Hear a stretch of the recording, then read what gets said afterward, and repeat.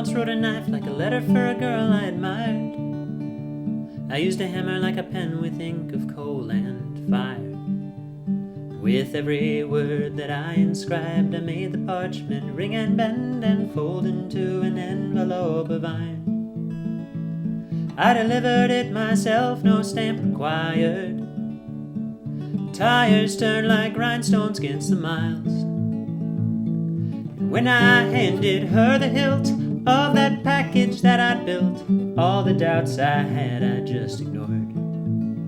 And with a flick of the truth that she wore at the end of her sleeve, and the dull little knife in her hand that was written by me, she cut away the expectations that I claimed I did not have, carved into my innocence while consequence just laughed. And every other package made of paper that I sent her after that never could have stood a chance.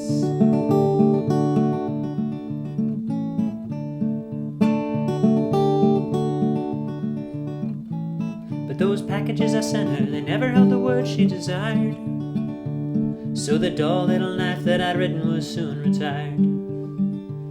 And we made the postman obsolete, with thumbs tap-tapping on pocket screens like telegraph dispatch sent without a wire. But not one single digital transmission ever held the words that she was missing. And we cut the distance down to none, still those words weren't on my tongue, and any hint on hers I just ignored. And I kept the space blank that I wore at the end of my sleeve. I never filled the space inside her ears up with my dreams, though she filled mine with hers.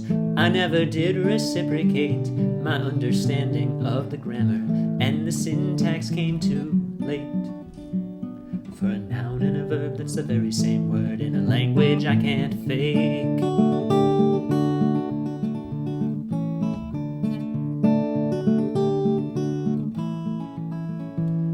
And envelopes of iron don't open easy, though they slice through any seal except their own.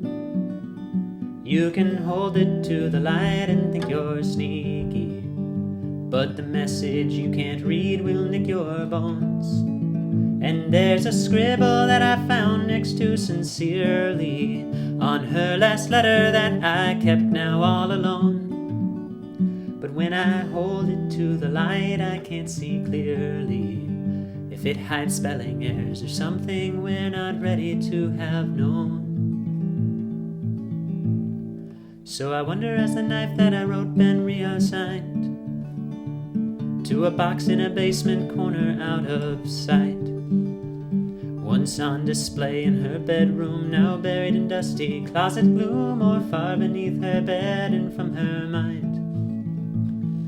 Or if it don't cause too much discontentment, perhaps it's still employed as I'd intended.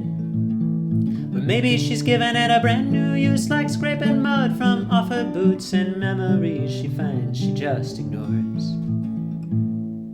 And with a thrust of the truth that she wears at the end of her sleeve, and the dull little knife readdressed right back to me, she could use the space between my ribs like a makeshift mailbox slot, twisted like a key just to see what comes on lot, which words would finally flow, which words would only clot right to me, a scar to itch and never be forgot. Instead of pondering what might have been and why the hell it's not.